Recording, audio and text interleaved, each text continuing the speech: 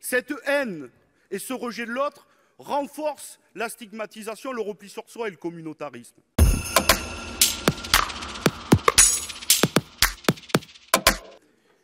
Bon, il y a le texte. Je ne vais pas revenir sur notre opposition. Pierre Ouzoulias en a donné les principales raisons.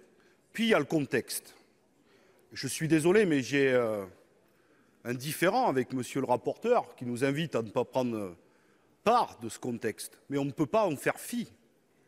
Sans remonter à l'épisode de Creil que citait notre collègue, mais les épisodes de la dernière semaine, qui vont de la convention de l'extrême droite organisée par Marion Le Pen, Zemmour & Co, qui cible nos compatriotes musulmans comme un ennemi de l'intérieur, jusqu'à l'agression verbale dont a fait l'objet une femme qui a accompagné une sortie scolaire par un élu du Rassemblement national, une femme qui donnait de son temps pour aller à une sortie scolaire, pour accompagner des enfants, pour comprendre nos institutions.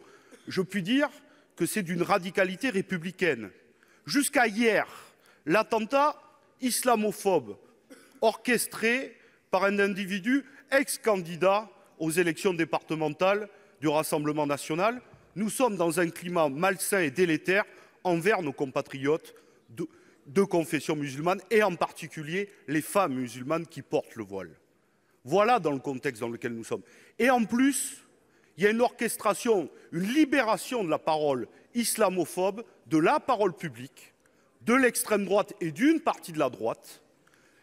Tout ça avec, y compris les médias. On a quand même des éditorialistes qui ont comparé le voile avec un uniforme SS. Il y en a un autre éditorialiste qui a dit que lorsqu'il prenait le bus et qu'il voyait une femme voilée, il descendait du bus. Nous sommes dans ce moment-là.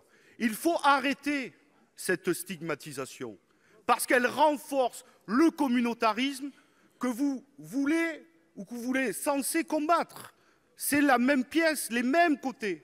Cette haine et ce rejet de l'autre renforcent la stigmatisation, le repli sur soi et le communautarisme.